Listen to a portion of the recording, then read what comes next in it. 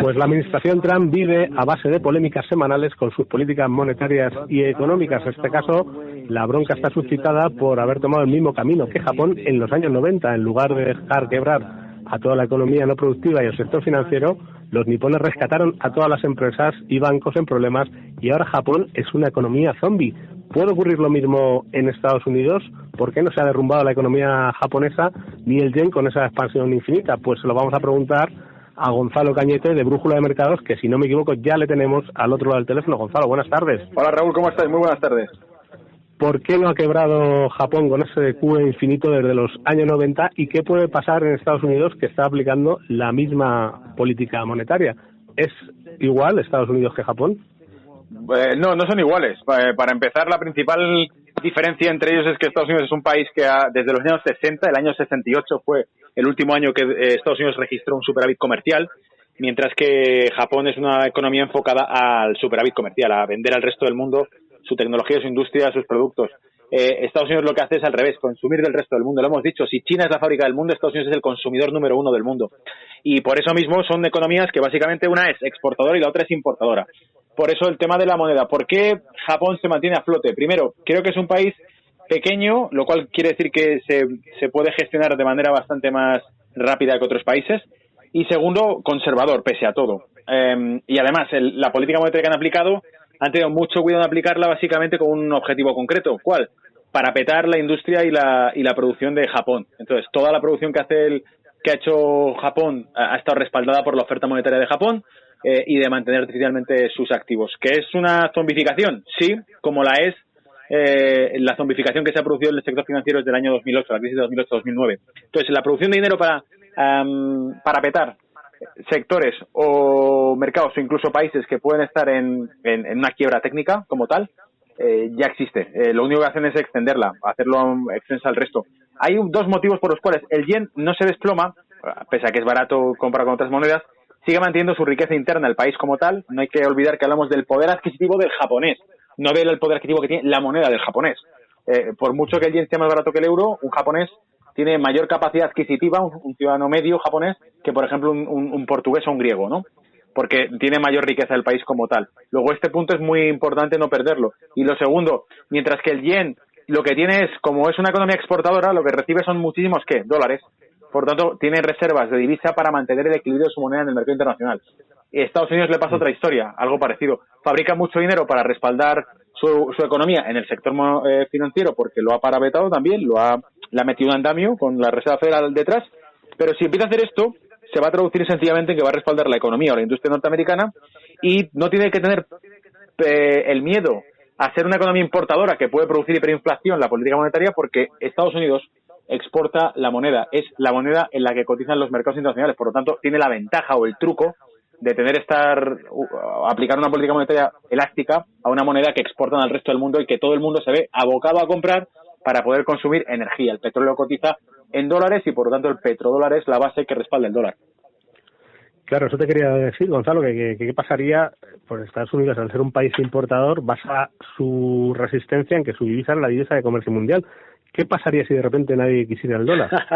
Esa es la pregunta del millón. O sea, con esto, Raúl, lo que nos damos cuenta es que si se desmantela el petrodólar, sin duda alguna tendrán que recurrir a algún tipo de... A ver, hablando en cristiano, si la gente no quiere el dólar, se enfrentan al problema más gordo de la historia de Estados Unidos, que es cómo van a pagar su deuda. Porque su deuda la pagan refinanciándose, imprimiendo nuevos billetes. Si mañana resulta que nadie los quiere y dicen, no, su deuda me la va a pagar, pero por favor páguemela en otra moneda, no me la pague en dólares, páguemela en euros, páguemela en oro, páguemela en reservas de oro, pero no me las pague en dólares. Pues tiene un problema, porque no pueden fabricar oro. Pueden fabricar dólares, pero no oro. Quería saber, se puede decir con este resumen que nos has hecho al principio que Japón es una nación ahorradora, ¿no? Mientras que Estados Unidos es una nación exportadora y que gastadora, ¿no?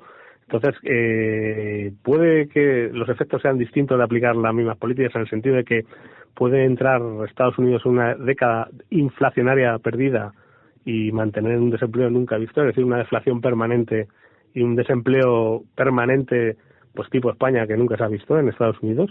Complicado, pero a ver, por poder podría ser, porque no tenemos la bola de cristal, pero complicado, porque fíjate que Japón y Estados Unidos se libran del problema por dos vías diferentes. Tú lo has dicho, en este caso Japón tiende al ahorro, porque sencillamente como vende al resto del mundo, lo que se preocupa mucho es de recibir capital que luego ahorra o que utiliza como reservas de dinero que puedan respaldar el yen. Si el yen por alguna razón mañana en el mercado internacional se empezase a hundir, tienen reservas de dólares de sobra y activos norteamericanos, no hay que olvidarlo, de sobra, para poder empezar a quemarlos contra el yen, es decir, a comprar yenes con sus activos americanos y mantener el precio del yen estable. Ahora bien, en Estados Unidos se aplica esa política, ¿por qué puede que no tenga una inflación?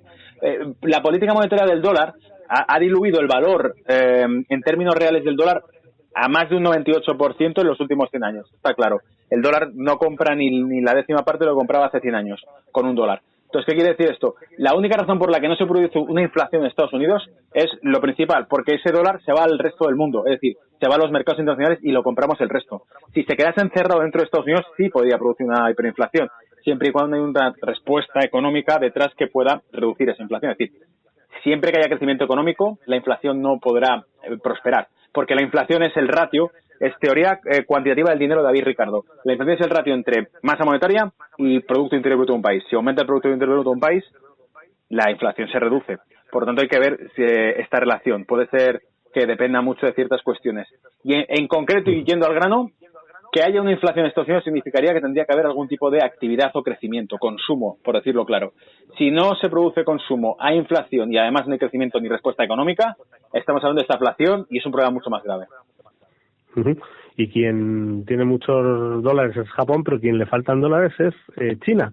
Hemos visto esta semana esas escaramuzas en Hong Kong, que ya las comentábamos al principio del programa y que están generando un problema, ¿no? Porque Hong Kong es la base de la que se nutre de dólares China, ¿no? Y parece que China no tiene muchas reservas de dólares para afrontar, y sí depende bastante del dólar, sus pagos. Y en este momento estamos viendo, pues se habla ya del yuan en 8, en 9, en 2022, en 9, no sé, me parece una barbaridad, ¿no? Ver el yuan en 9 unidades por dólar. Claro, fíjate que yo sospecho que hay muchos intereses geopolíticos en todo esto metidos a través de las protestas de Hong Kong. Incluso mucha gente relacionó el hecho de la pandemia que apareció en Wuhan, lo relacionó con el tema de las protestas de Hong Kong, porque era un problema muy grave que había en Hong Kong, en el que se estaba poniendo contra las cuerdas la legitimidad del gobierno chino allí, de cómo actuaba, declaraciones de políticos americanos sobre el tema de Hong Kong, los chinos diciendo el tema de Hong Kong es de los chinos, no de los norteamericanos, por favor no hagan comentarios. Y resulta que con todo esto ahora nos encontramos con que vuelven las protestas a Hong Kong, que vuelven a hacer que la entrada de reservas igual de divisa para China. Por lo tanto, si Hong Kong empieza a tener problemas de inestabilidad política, quizá eso se traduzca en un futuro en el acceso que tiene China al sistema financiero de Hong Kong, que es muy fuerte.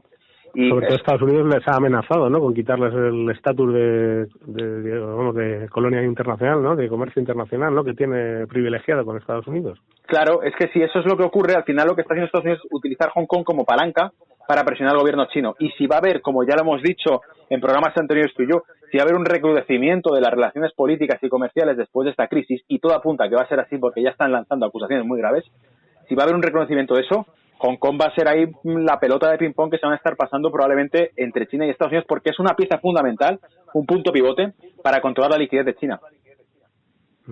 Bueno, pues vemos que han trasladado su bronca los dos gigantes económicos a Hong Kong y veremos cómo acaba ese asunto. Gonzalo, que muchas gracias por haber estado otro miércoles más aquí con nosotros y con todos los oyentes de Radio Intereconomía, y te esperamos el próximo día. Gracias a vosotros por contar conmigo, Raúl, un placer. Gracias. Never once gave it away.